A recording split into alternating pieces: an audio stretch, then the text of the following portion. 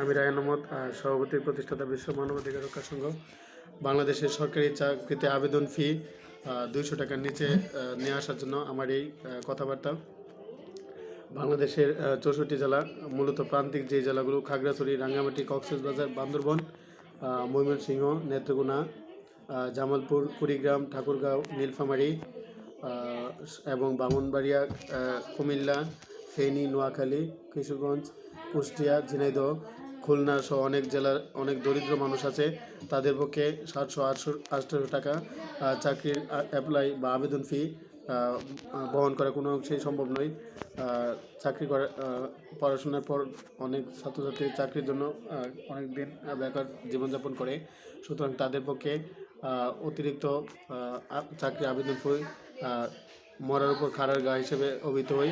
সুতরাং বাংলাদেশের সরকারি চাকরিতে আবেদন ফির যাতে কমানো যায়, সেই জন্য বাংলাদেশ সরকারের অন্তর্বর্তীকালীন সরকারের